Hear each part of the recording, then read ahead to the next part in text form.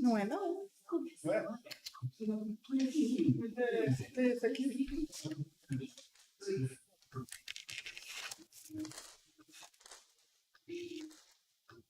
Uma boa noite aos ouvintes da Rádio Cultura de Naviraí, sintonizados na 105,7. Hoje, que é dia 7 de maio de 2025, nós estaremos aqui apresentando o programa com um tema muito importante que é relacionado, à saúde mental e às empresas, que faz parte da NR1, com a nossa convidada, a doutora Ellen Balestra, ela que é advogada, focada no atendimento humanizado, graduada em Direito pela Universidade Estadual no Mato Grosso do Sul, pós-graduando em Direito e Processo do Trabalho, pós-graduando em Direito da Família e Sucessões, conciliadora e mediadora judicial, atuante na comarca de Naviraí, formada pela NUPEMEC, através do Tribunal de Justiça do Mato Grosso do Sul, conselheira como representante da OAB Naviraí no Conselho Municipal dos Direitos da Pessoa com Deficiência e também conselheira no Conselho da Mulher Empreendedora de Naviraí. Seja muito bem-vinda, doutora Ellen. Obrigada pelo convite, Dani, prazer estar aqui. E começando aqui, gostaria de dar uma boa noite para o pessoal que nos acompanha pelo YouTube e também pelo Instagram, que são os canais de transmissão que nós estamos transmitindo Fala Psico. Se porventura tiverem alguma dúvida, podem nos encaminhar através do WhatsApp da Rádio Cultura, que é o 67 99890 1057, através também de perguntas pelo YouTube e pelo Instagram. Doutora, para começar, é importante a gente esclarecer um pouco do que se trata, essa questão da NR1. Então, o que é a NR1 e por que ela é considerada uma norma fundamental dentro da legislação de segurança e de saúde no trabalho? Sim, Dani, a NR1, ela se encaixa nas normas regulamentadoras, trabalhistas, como se fosse assim, para exemplificar. Nós temos a Constituição Federal e temos as leis ordinárias que nos trazem aí destrincham, os vários ramos que a gente precisa seguir. A norma, essas normas, que hoje nós temos 30, 36 ou 38, são os destrinchos da CLT, que é a norma regulamentadora trabalhista. Então, assim, a NR1 hoje, ela é a base, é a norma-mãe, como se fosse a constituição das normas regulamentadoras. E ela estabelece uma estrutura básica para todas as outras normas. Uhum. E dentro dessas estruturas básicas, entrou essa questão da saúde mental que antes não era contemplada nas demais normas, né, doutora? Isso mesmo. Na verdade, assim, nós já tínhamos uma regulamentação em relação à saúde ocupacional e vamos dizer que os riscos psicossociais estariam dentre eles porque se encaixa num risco físico, Mas nós precisamos, diante o aumento de casos, diante essa urgência aí que a gente está tendo, nós precisamos deixar expresso isso nas normas, E daí foi aonde se viu essa necessidade de ter essas mudanças e se encaixou na NR1, porque ela é a base para todas as outras. Uhum. E dentro dessa necessidade, o que gerou essa necessidade de criar algo mais explícito? Porque ela estava implícita dentro desses riscos, O que gerou essa necessidade dela ficar de uma forma mais explícita dentro da NR1? Uhum. Assim, se viu a necessidade de implementar ações que pudessem mudar esse cenário que nós estamos enfrentando hoje. Hoje nós estamos com 43 milhões de CLT no Brasil. Uhum. E 500 mil, meio milhão, afastados por doenças ocupacionais. Uhum. Então, assim, está prejudicial tanto para o trabalhador quanto para a empresa, Uhum. O arrombo financeiro, de operacional também que a empresa sofre é gigantesco, e para os trabalhadores também. Então, o que está errado? A gente precisa gerenciar isso daí, que foi aonde foi especificada dentro da NR1 esse risco psicossocial. E entra a gestão dos riscos, Exato. E quais foram as principais mudanças trazidas pela nova redação da NR1, doutora? Basicamente, a inclusão, né, expressa dessa norma, e assim, não ficou mais não ficou mais subentendido, né? Porque antes todo mundo entendia que existia, mas que agora as empresas, né, teve esse período aí da vacância da lei, né? E daí a gente vai precisar agora aplicar isso nas empresas, né? Então, o que que vai acontecer?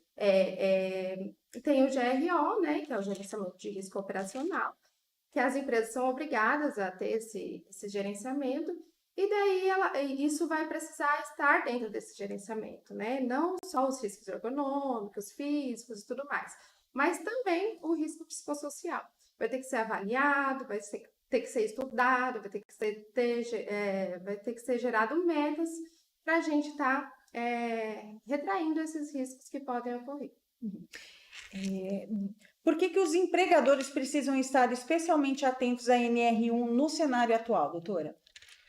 Então, assim, na verdade, né, os programas existentes que devem ser respeitados pelos empregadores, eles são atualizados periodicamente, né?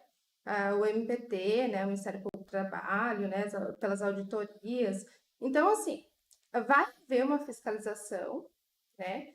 A gente está percebendo aí que vai ter uma flexibilização agora, né? Nesse início, o MPT vai acompanhar, né, toda essa gestão aí da implementação, mas vai haver uma fiscalização, né? Os programas de gerenciamento de risco dentro das empresas, que são programas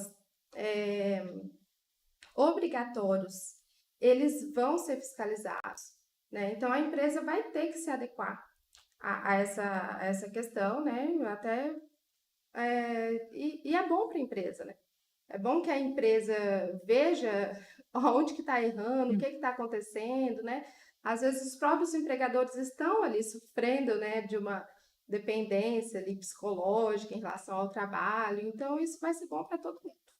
Essa questão do estresse no trabalho, sobrecarga de trabalho, a questão da própria jornada de trabalho, todos esses riscos, eles ficam sob como que eu posso falar?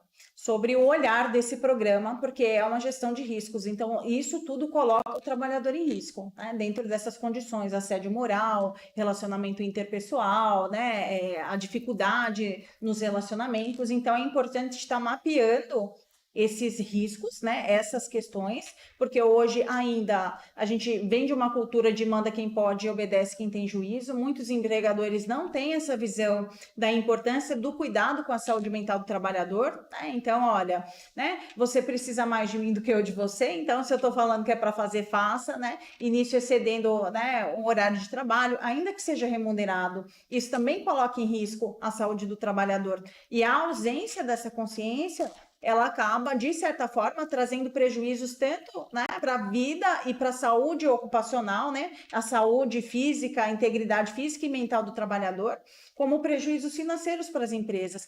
Mas são prejuízos que, às vezes, eles ficam, né, ocultos. A empresa ela não consegue quantificar e visualizar isso, né? E, em decorrência disso, falta ação. E talvez essa medida seja muito interessante nesse sentido, né, doutora?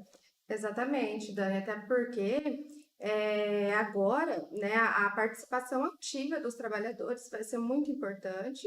Eles vão estar fiscalizando, é um dos requisitos, né, que entrou agora, que os trabalhadores vão ter voz ativa dentro da empresa, que isso também era uma situação que gerava angústia dos trabalhadores, né?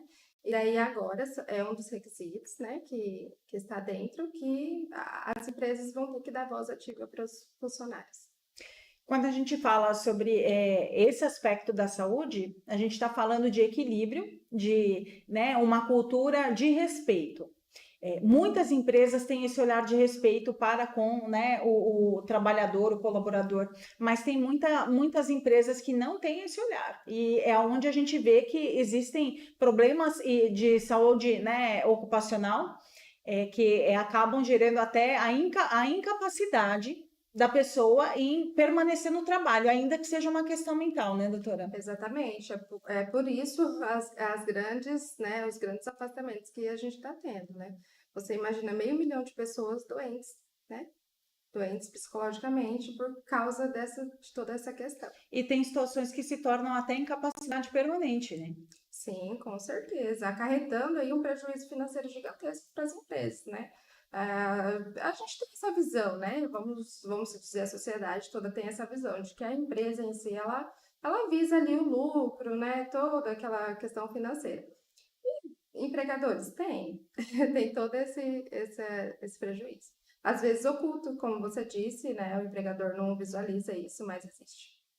Eu vejo algumas empresas que elas colocam tipo alguns tipos de jornada de trabalho que elas acham que é uma jornada econômica, mas se aumenta a rotatividade, se ela aumenta o nível de afastamento do trabalhador, se ela aumenta o nível de atestado médico, isso não está sendo produtivo e falta esse olhar. Então é tipo, não, isso aqui é o que está estabelecido, vão ter que fazer dessa forma. E a empresa ela está com um prejuízo invisível ali, que ela não está, né, conseguindo mensurar, mas que é algo que a longo prazo vai trazer problemas, tanto do ponto de vista relacionado até à exposição e risco né, de problemas trabalhistas, quanto financeiros, né? Até porque, assim, nós temos uma cultura no Brasil de que as empresas são muito familiares, né? Sim. Então, se entende que é um gasto, não um investimento, você relacionar essa questão toda, né, do tratamento com o trabalhador. Uhum. E de forma prática, o que é exigido das empresas em relação a esse gerenciamento de riscos ocupacionais? Então, o GRI é basicamente uma avaliação, né, o controle dos riscos que existem dentro da empresa. O que vai acontecer? Vai ser desenvolvida, né, medidas de prevenção e controle desses riscos, né? Vai ser através de um inventário de doenças ocupacionais, a gente consegue distinguir quais são os riscos que existem dentro daquela empresa. Hoje, né, nós podemos dizer que as pessoas com mais doenças psicológicas dentro da CLT são pessoas que trabalham diretamente ao público, atendentes de telemarketing e tudo mais. Então, cada empresa ali tem o seu perfil que vai ser diagnosticado através, né, do programa de gerenciamento de riscos, né, desse inventário que é feito dentro da empresa. Então, assim, tem todo um processo que é feito dentro da empresa para avaliar esses riscos, quais são, o que a gente precisa fazer, quais as metas que a gente vai, o que a gente vai aplicar aqui para isso ser gerenciado, para isso ser melhorado, né? E daí, com as mudanças, entra aquela questão que o trabalhador vai ter essa voz ativa, né? Sempre assim, monitorando, né? Vai haver uma monitoração, claro, a empresa tem que ter toda essa documentação, né? De que está fazendo todo esse trabalho, tá? Não é assim só, ó, tô fazendo e tal. Não, não é assim. Tem que ter a comprovação. Tem que ter. Que é o diagnóstico, né, organizacional, onde você vai ver o Exatamente. clima organizacional, vai ver o nível de satisfação das pessoas. Ter riscos, se não Sim. tiver, né? Com as condições de trabalho, com os relacionamentos, com a própria empresa, com essa questão mesmo de sobrecarga, se existe uma questão de excesso, né, na jornada de trabalho. Então, esses pontos todos vão ser mapeados, monitorados e são desenvolvidos os planos de ação. Exatamente. E o plano de ação ele tem um acompanhamento dos colaboradores, dos trabalhadores junto ali para, né, ver de que forma eles podem tanto implementar como, né, criar outras formas de gerenciamento em relação àquilo para evitar um problema, né? Isso mesmo. E qual que é a relação entre o programa de gerenciamento, que é o PGR, e a NR1? Eles são obrigatórios para todas as empresas? Sim, são obrigatórios. Na verdade, o PGR, ele é um elemento base na NR1, né? Que é o Programa de Gerenciamento de Riscos, tá? Então, assim, cada empresa, dependendo do seu porte, ela vai ter uma demanda ali maior ou menor. Por exemplo, as MEIs, provavelmente elas vão ser um pouco mais simplificadas, né? Mas ela vai ter todo, né, também as normas que devem seguir pela NR1, tá? Toda empresa que tem funcionário registrado ali pelo CLT, ele é obrigado, tá, a ter o PGR. Nós vamos agora para um breve intervalo e já já a gente retorna com mais Fala Psico.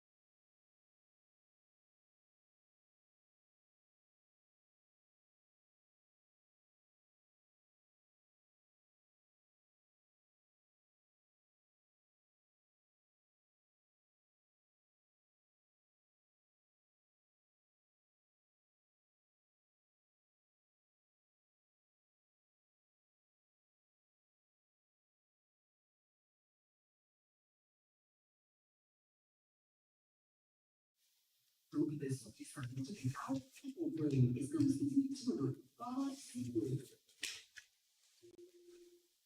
De volta com Fala Psico, uma boa noite para a Aninha, que está nos acompanhando pela Rádio Cultura. Ela está desejando uma boa noite também para você, doutora Ellen. Obrigada. E nós temos aqui nos acompanhando através do Instagram a Luana Silva. Boa noite, Luana. Obrigada pela sua audiência.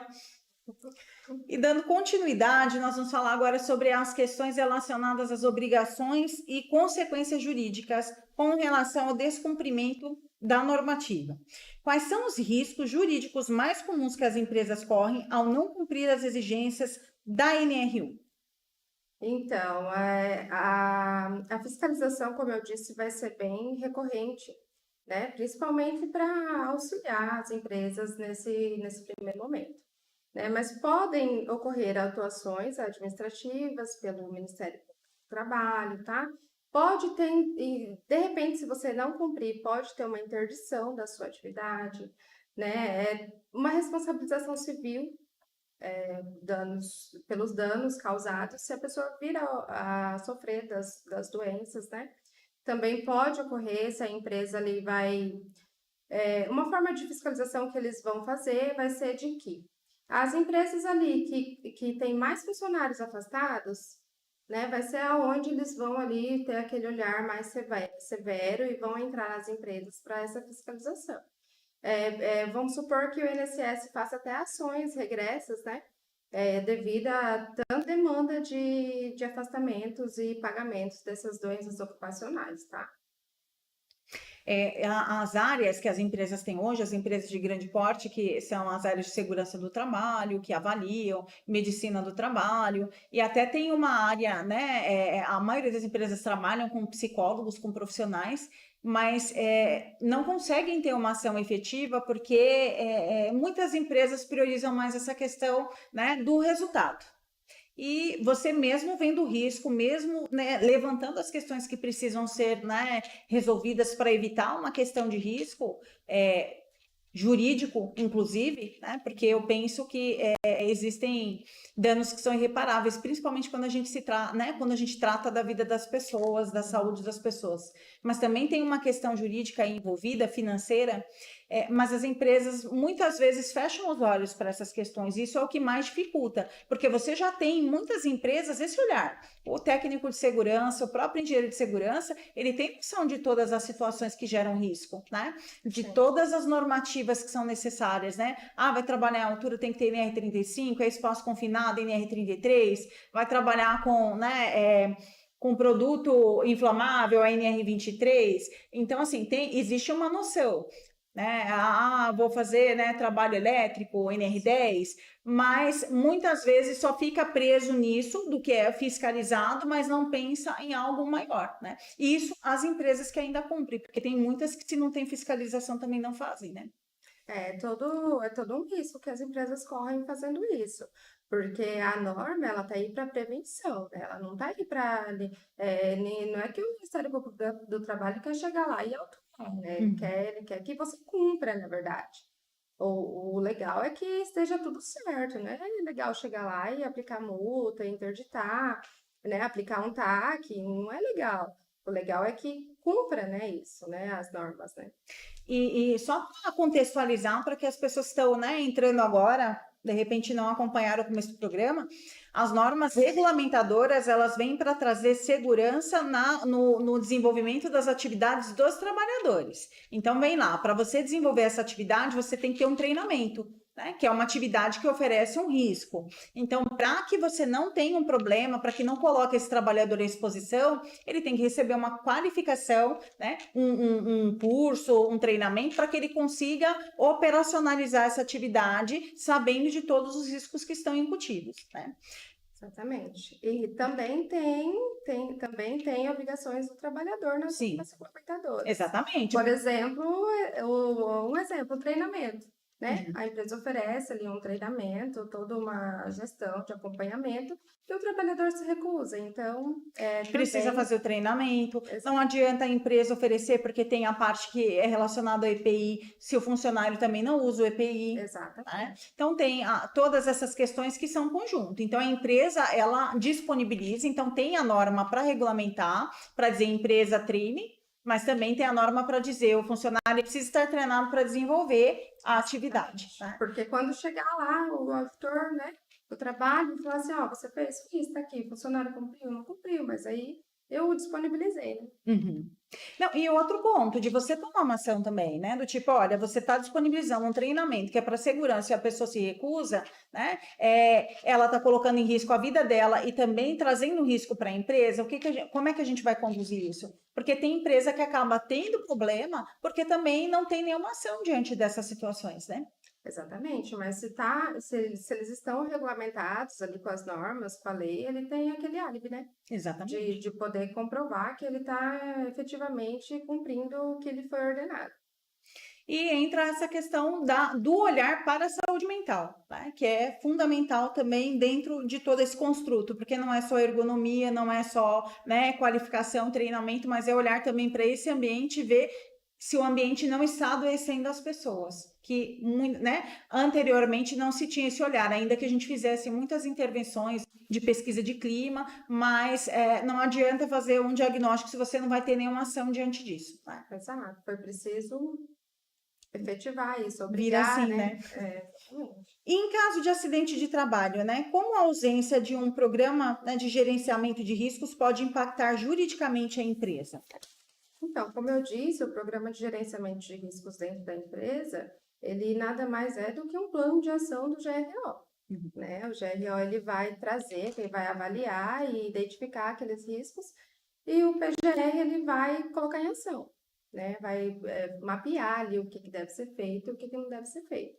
Então, a partir do momento que a empresa não aplica o PGR, que é o documento base assim, né, da NR1, ele está sujeito, né, a ser caracterizado como uma negligência por parte da empresa, pode receber as multas, todas as sanções previstas se não tiver o PGR em ação ali dentro da empresa.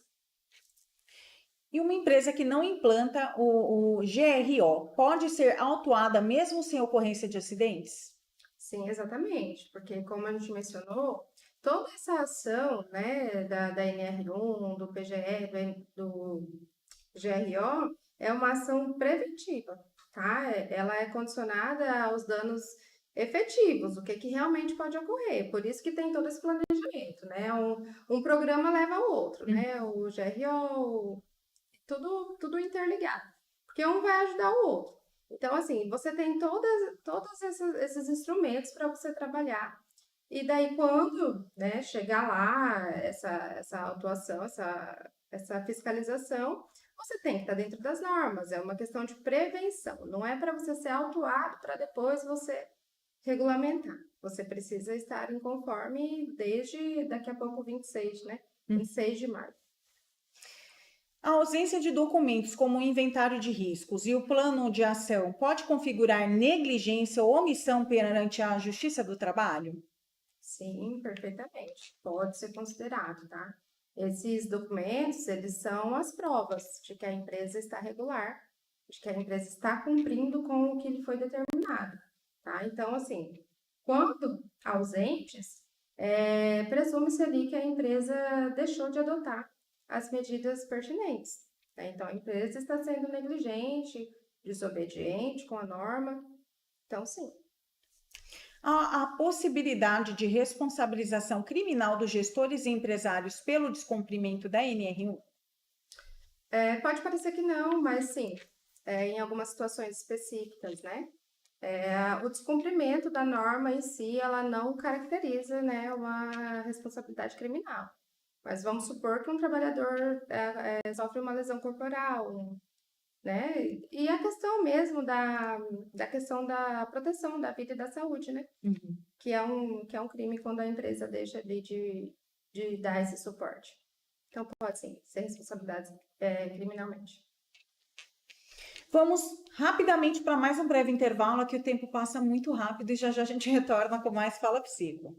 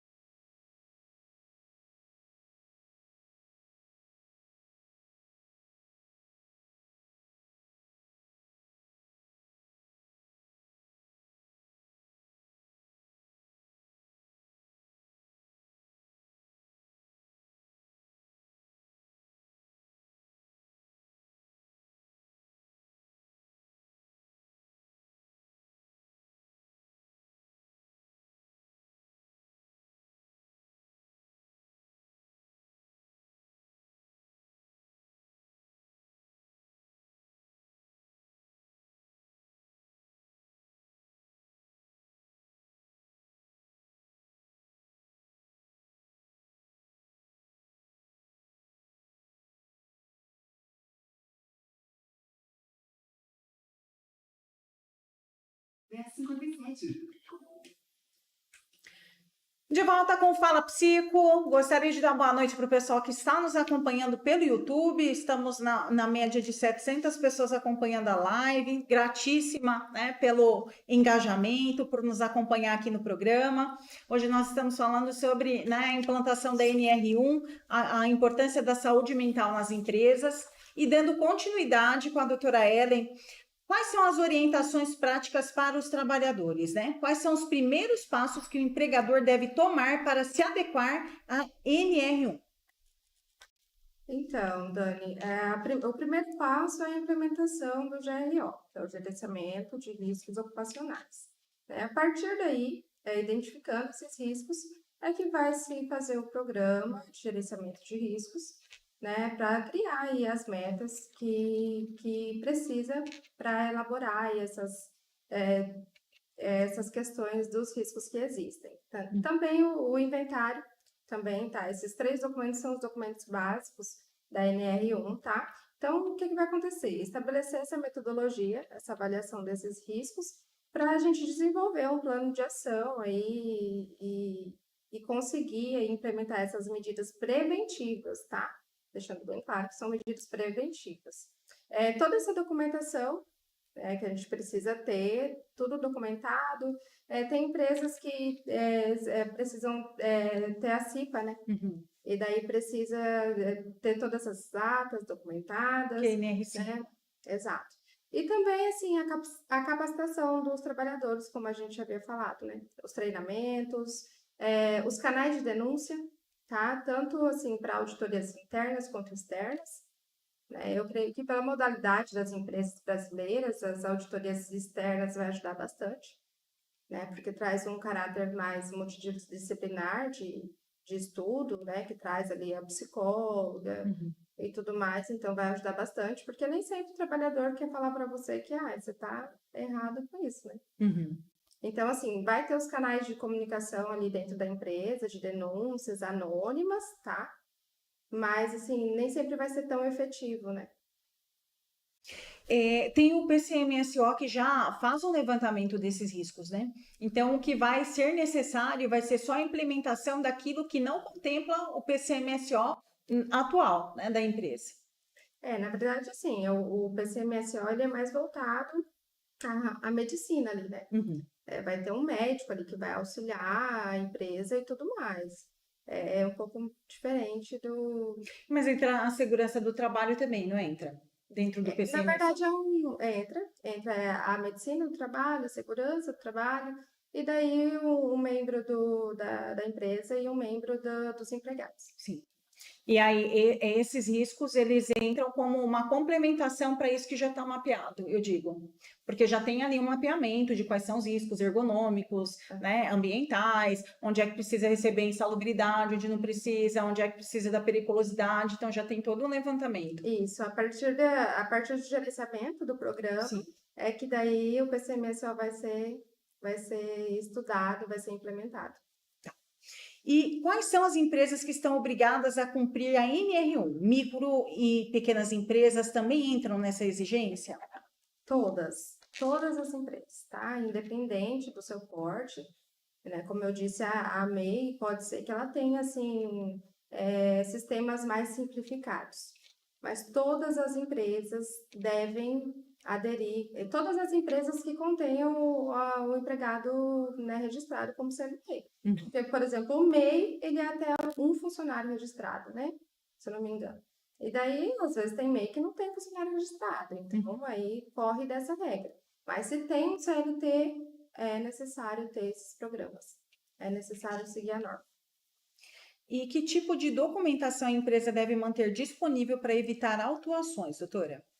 É basicamente o programa de gerenciamento de riscos, que é o PGR, é basicamente o GRO, avaliação de controle de riscos, e é importante o inventário de riscos também. Né? E daí, se a empresa for de grande porte, aí entra que tem que ter a CIPA, né? A partir de 20 empregados já entra ali a obrigação da CIPA e tudo mais. E daí as atas de reunião periódicas, os documentos de entrega de IPI, tudo isso deve estar documentado para uma eventual fiscalização. E tem algum ranking de quais são as principais doenças ocupacionais por falta dessa gestão de riscos? Foi feito algum estudo, algo nesse sentido? Em relação ao psicossocial, você fala? Sim. Tá acontecendo muito o burnout, né? Uhum. Tá acontecendo muito, é o que a gente mais está vendo, assim. A ansiedade também. A ansiedade também a Organização Mundial de Saúde, né, e a Organização Internacional do Trabalho tem trazido bastante essas duas questões, o burnout e a ansiedade. E você pode explicar como é que a NR1 se relaciona com as outras normas, como, por exemplo, a NR5 da CIPA, a NR7 do PCMSO? Qual que é a correlação delas? Então, como a NR1 ela é uma norma básica para dar diretrizes para as outras normas, né? E falando aqui da NR5, que ela trata exemplificamente aqui sobre a CIPA, né, que é a Comissão Interna de Prevenção de Acidentes, o que é a CIPA, né? A CIPA ela é composta ali por um membro da empresa, um membro dos funcionários, e eles são capacitados para eles estarem ali de olho no que pode ocorrer de acidente de trabalho, o que os trabalhadores podem estar sofrendo. Então, tem total correlação aí com a NR1, porque ela especifica mais ainda o que deve acontecer dentro do GRO, ali, do gerenciamento de risco, certo? Em relação à NR7, ela também, né, ela é direcionada ao Programa de Controle Médico da Saúde Ocupacional, que é o que a gente estava falando agora, que todas as empresas têm que ter. Não é igual a CIPA, que é a partir de 20 empregados, né? O PCMSO, todas as empresas devem ter, e tem essa norma regulamentadora 07, que direciona, né, para esse programa. Então, também vamos supor que entra aqui no PCMSO, o exame admissional, o exame demissional, vamos supor que a gente avaliou um risco lá, né, dentro da empresa, vai ter que ser feito exames periódicos, e daí vai ter que ser o PCMSO que vai avaliar. Uhum. Dentro desse levantamento, eu gostaria que você me trouxesse assim umas explanações, porque, por exemplo, a gente avalia que dentro da NR1 e dos riscos psicossociais vai ser avaliado o assédio moral. O que figura, por exemplo, o assédio moral, até para que os empregadores estejam cientes, né, do que se trata esse item, por exemplo? Uhum. Exatamente, Dani. O assédio moral também tem sido, né, um fator de que está sendo muito discutido. Por exemplo, assim, essa questão que eu falei, do empregado não conseguir explanar o que está sentindo ali dentro, porque está ali lidando diretamente com o empregador, por exemplo, né? Ou tem um sistema de hierarquia ali, de gerenciamento, que acaba aplicando aí essa questão que o empregado se sente, né, ali coagido a falar alguma coisa. Uhum.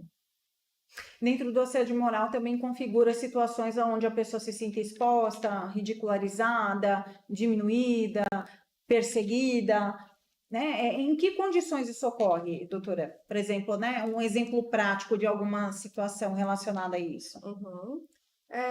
Vamos supor que ali dentro do assédio moral ocorra, às vezes você tem uma dificuldade interdisciplinar ali, e daí o empregador, né, tenda para um lado ou outro, e daí você se sente ali, né, diminuído.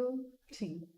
Eu trabalhei numa empresa que existia já uma cultura relacionada a comportamento de assédio moral. Então, se o funcionário, né, o colaborador estava dando muito trabalho, eles falavam que ia colocar na geladeira, né? E o que era a geladeira? Pedia para a pessoa, tipo, era da manutenção automotiva, e trabalhar no campo, mas não dava caixa de ferramenta, não disponibilizava um veículo para ir e ficava cobrando sem dar condição da pessoa desenvolver a atividade, né? Justamente, o empregador ele sofreu uma situação, né, interpessoal ali com outro funcionário, e ele vem no gerente ali, o gerente, não, né, ai, brincadeira, deixa pra lá, tal. Quando na verdade não é brincadeira, né? Porque a Exatamente. pessoa está ali, né, sendo ridicularizada, sofrendo uma pressão dentro de uma condição de não depende dela realizar aquela entrega, né? Porque ela precisa de ferramentas para fazer. Além de situações onde a pessoa beneficia alguns, mas a regra só serve para algumas pessoas, não serve para as outras, né? Tem um olhar de perseguição mesmo, de ficar o tempo inteiro, né, no pé de uma única pessoa, enquanto, né, para as outras pessoas conduz, né, a gestão, né, e a liderança de outra forma. Exatamente. Então, atentos, né, empregadores, porque esse tipo de situação, né, pode ser configurado assédio moral. E o que é o assédio moral, né? Toda condição onde a pessoa ela se sinta, né, prejudicada do ponto de vista, né, emocional e até moral relacionado, né, às outras pessoas que estão ali na relação de trabalho. Isso mesmo. Em fiscalizações trabalhistas, a NR costuma ser um dos principais pontos analisados? Sim, a partir do momento que inicia-se ali uma auditoria, a principal missão ali do auditor quando ele chega na empresa é consultar a documentação, toda aquela documentação, né, que a gente já citou aqui. Principalmente o GRO e o PGE, tá? Mas quando o auditor está ali dentro, ele vai ter um olhar atento para todo o resto, né? Ele vai querer conversar com aquele trabalhador que está ali. E daí, a partir daí, pode ser que tenha uma fiscalização mais atenta e mais aprofundada. É por isso que agora, né, com essa mudança, é bom para as empresas isso, né, que o trabalhador ele vai poder estar ali o tempo todo em conjunto com você. Ou seja, você vai escutar o trabalhador vai te escutar e vocês vão, se chegar a acontecer uma auditoria dessa, vai estar tudo alinhado, não vai ter nada que vai sair ali do contexto. e leva também a visão de questões relacionadas às condições de trabalho, no sentido de oferecer o mínimo, né, doutora? Então, por exemplo, você pega a NR31, que vai estar falando sobre o trabalho, né, agrícola no campo, a importância de você ter um banheiro, de você ter água potável, de você ter um sabonete, um local para que as pessoas realizem as refeições no campo, e nem todas as empresas têm esse olhar de organizar esses ambientes para essas pessoas, né? A fiscalização ela vem para garantir que a pessoa tenha o mínimo de dignidade humana no desempenho da atividade dela. Isso quando a gente fala, né, dessas questões vinculadas ao trabalho. E agora vem para complementar essa questão psicossocial, que também é de suma importância, que a gente entende que tem um impacto também muito significativo dentro do cenário das empresas, né? Até porque esses programas que existem dentro das empresas, eles devem ser revisados a cada 2 anos, né? Não é só, abri minha empresa, fiz todo o programa, estou aqui com os documentos e tchau. Não é assim, a cada 2 anos você tem que estar, né, monitorando toda essa questão. Vamos para mais um breve intervalo e já já a gente retorna com o último bloco do Fala Psico.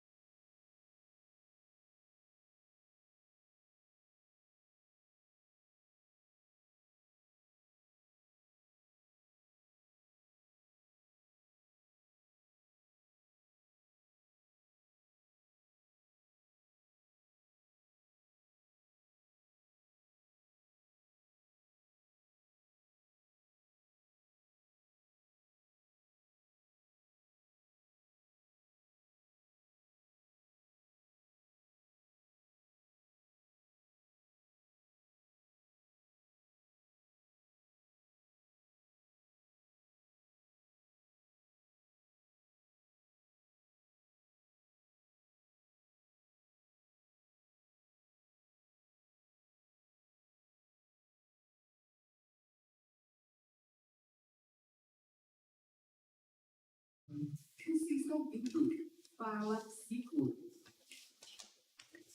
De volta com o Fala Psico, nós recebemos aqui uma pergunta através do YouTube, falando sobre as questões de fofocas nas empresas, né? Se isso entra como um risco, algo relacionado à normativa, né? Essas questões que a gente está falando aqui de riscos psicossociais.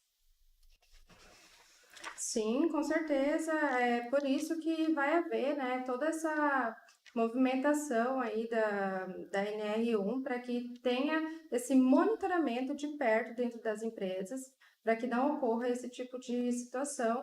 E com certeza é caracterizado como um assédio moral desde que a empresa não age em relação a esses casos. E existe muito, né, doutora? A gente vem de uma cultura de fofoca onde as pessoas naturalizaram, né, o hábito de falar das outras e acharem que elas não vão sofrer nenhum tipo de consequência em relação a isso, né? Isso, e o monitoramento ele não vai ser diretamente só em relação ao que o empregador tem que fazer, né? Ele vai direcionar também o trabalhador para o que ele deve fazer em relação a treinamentos, né? De repente até uma advertência para o trabalhador. Dando continuidade, então, a gente tem aqui falando sobre prevenção, cultura e as atualizações. Como é que a implantação correta da NR pode contribuir para a prevenção de acidentes e doenças ocupacionais? Então, toda essa prevenção que a NR1 visa, né, ela vai trazer todas essas bases para que não ocorram os riscos das empresas serem autuadas, as empresas terem esses trabalhadores afastados, né? Tudo isso vai ser brevemente revisto para que não ocorram os acidentes ocupacionais, tá? Também em relação aos trabalhadores, né, que vão estar ali atentos participativos a todo esse monitoramento e essa gestão de riscos. Essa criação dessa segurança proativa dentro da empresa é muito importante para o gestor ali, né, para o CEO, né, da empresa, porque o trabalhador feliz deixa a empresa feliz, né, vai falar bem da empresa, né, vai trabalhar feliz, Vai então produzir mais. vai produzir mais, é importante. Tem na verdade, eu acredito que seja até um mito ou até uma falsa, né, percepção sobre o cuidar bem do trabalhador e dar liberdade ao trabalhador. E muitas pessoas se perdem nesse misto, nessa confusão, porque acham que se tratar bem o trabalhador, ele vai se sentir com liberdade para perder o respeito com relação ao empregador. E não diz respeito a isso, né? Porque você trabalhar, né, tratar o trabalhador com dignidade, com respeito, né, proporcionando um ambiente onde ele consiga realizar as atividades de uma forma tranquila, de uma forma saudável, você vai aumentar a produtividade. E você precisa ter regras claras, porque o descumprimento de regras também tem consequências. Então, você tem como trabalhar o aspecto comportamental através das regras. Agora, a maioria das empresas não tem regras definidas, não tem ali, né, como é que eu posso falar? Um código de conduta, onde norteia o comportamento do trabalhador, não tem regras claras e se perde isso. Então, pensa que o pulso firme, de repente, até o formato de gestão mais rígido, mais ríspido, sem dar tanta abertura, com falta de educação para mostrar quem é que manda, é que vai trazer controle comportamental. Isso não traz controle comportamental, traz doença, né? Doença ocupacional. Exatamente, é por isso que entra todo esse monitoramento da NR1, né, e a auditoria externa, né, a auditoria externa que você vai trazer ali um profissional para dentro da empresa, para ele avaliar ali o que está acontecendo, o que não está, onde que você está errando, né, inclusive essa semana eu tive uma colega lá no escritório, porque eu falei, não, essa gestão aí, vamos precisar arrumar alguma coisa. Uhum. E daí, né, a gente chamou uma psicóloga, né, uma parceira para estar ali, porque o funcionário, né, o empregado, ele tem que estar ciente ali de qual que é a função dele, né, o que que a empresa quer para você. Se eu chamei ali alguém para estar ali gerenciando toda essa questão, é porque eu quero te mandar embora ou porque eu quero que você cresça comigo, não é verdade? Sim, e esse olhar, mas tudo vem muito da forma como você conduz, né? De deixar claro como você conduz, porque tem empresa que coloca de uma forma que a pessoa entra para fiscalizar, ou seja, é para tomar uma decisão, se você fica ou se você vai embora, né? Então, a falta de clareza às vezes vai gerar instabilidade mesmo no colaborador. Então, se eu trago ali a visão do tipo, olha, eu acredito, vai tudo, né? Já vem de uma cultura, né? A cultura ela tem um peso muito importante. Então, olha, eu estou investindo, as pessoas que estão aqui são as pessoas que eu quero no meu time, mas eu preciso ver que pontos a gente precisa melhorar para a gente ter resultados melhores. Então, se eu trago nesse formato, já muda completamente a visão do colaborador. Pode ser que algum ou outro fique um pouco desconfortável, mas à medida em que ele vai percebendo que está acontecendo aquilo e que não está tendo nenhuma medida drástica para ninguém, ele fala, opa, isso aí realmente funciona, é legal. Agora, quando você entra, porque tem muita empresa que contrata consultoria para mandar embora, tipo, eu quero ver se serve, se não serve, vai para a rua.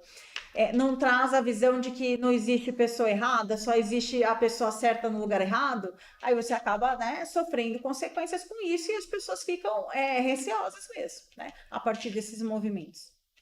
Exatamente, porque se você tem ali uma empresa andando, um trabalhador ali capaz, às vezes precisa ajustar uma questão ou outra, vale super a pena você fazer esse investimento, né? Eu Sim. falo para os meus clientes empresariais, que assim, toda essa questão é um investimento, né? Não é um gasto, né? Daqui a pouco você vai ter que gastar ali com o afastamento do trabalhador, você vai ter que gastar ali muito mais ali com uma ação de indenização, né? Então, é melhor você fazer esse investimento e ter sua equipe ali andando do que, né, arriscar. Investe, você tem retorno, trabalha bem, é um investimento positivo, porque as pessoas ficam bem, o ambiente fica gostoso, é um lugar onde as pessoas elas vão sentir satisfação, você diminui turnover, que é um custo altíssimo para as empresas, invisível, porque quanto custa você ficar trocando de funcionário o tempo inteiro, porque as pessoas não ficam na tua empresa, que é um lugar ruim de trabalhar? Porque existem situações onde a pessoa ela não se submete. Se ela tiver condição de ter outras possibilidades, ela sai da empresa. Aí você tem que gastar tempo treinando outra pessoa, investindo tempo para colocar, né? E você não consegue estabelecer uma cultura. Atestado médico é outro custo invisível, porque se alguém falta, sobrecarrega as outras pessoas da equipe. Então, tem várias coisas que acabam impactando quando você não pensa nessa questão do clima da empresa, né? Verdade. E qual que é o papel da assessoria jurídica na implantação do GRO, do PGR, dentro das empresas? Então, vai ser principalmente aí essa administração toda da legislação, né? A gente vai trazer para dentro da empresa o que está correto, o que não está correto, a avaliação desses riscos jurídicos que ocorrem, né? A instrução em relação à aplicação do programa, né? Eu falo que, assim, é um trabalho em conjunto. Vamos trabalhar ali dentro da empresa assessoria jurídica, contabilidade, o médico, segurança do trabalho, talvez, né, até em relação à auditoria externa, uma psicóloga. Então, é toda essa questão ali para você realmente fazer essa prevenção. A assessoria jurídica empresarial nada mais é do que uma prevenção de riscos e prejuízos, né? Porque tudo isso que a gente tem falado aqui em relação à prevenção acarreta prejuízos gigantescos para as empresas, né? Uma reclamação trabalhista que você pode pagar em um acidente de trabalho com morte, um lucro cessante para a família, né? Você vai ter que pagar uma pensão aí para a vida toda. Então, tudo isso entra dentro de uma assessoria jurídica, tá?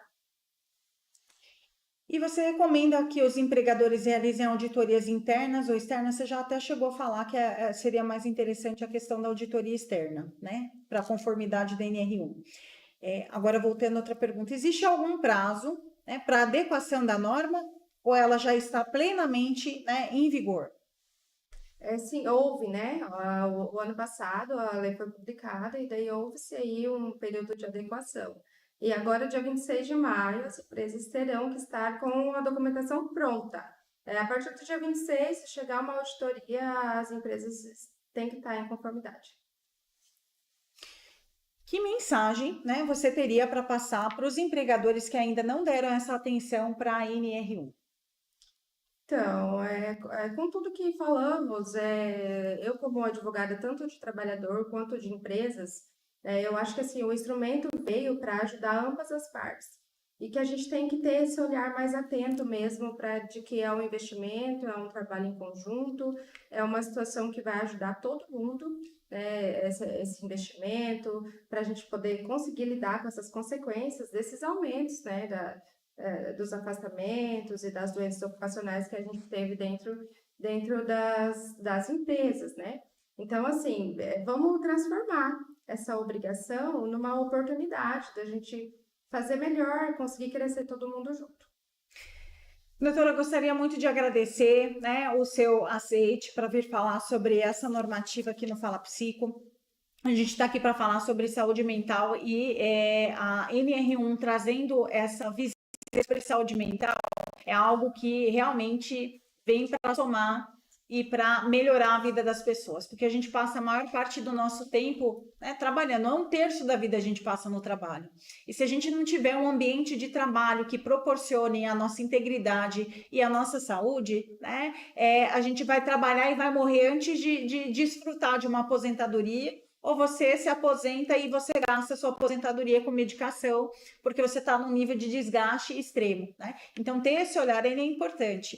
E ao passo em que também traz a conscientização de que o trabalhador também precisa ter esse olhar, né? Quando ele participa, ele também assume a responsabilidade, não é só a empresa, mas é a pessoa entender também o nível de responsabilidade dela em relação àquele todo, né? Em trazer contribuições, em ter voz ativa, de realmente, né, acompanhar o que está sendo, né, desenvolvido dentro da empresa, com o intuito de realmente todas as partes somarem para que a gente tenha um resultado, né, próspero, produtivo, e eu acredito que é o melhor tipo de prosperidade, quando você tem um valor agregado, que nenhuma vida foi sacrificada para você gerar, né, a riqueza que você busca.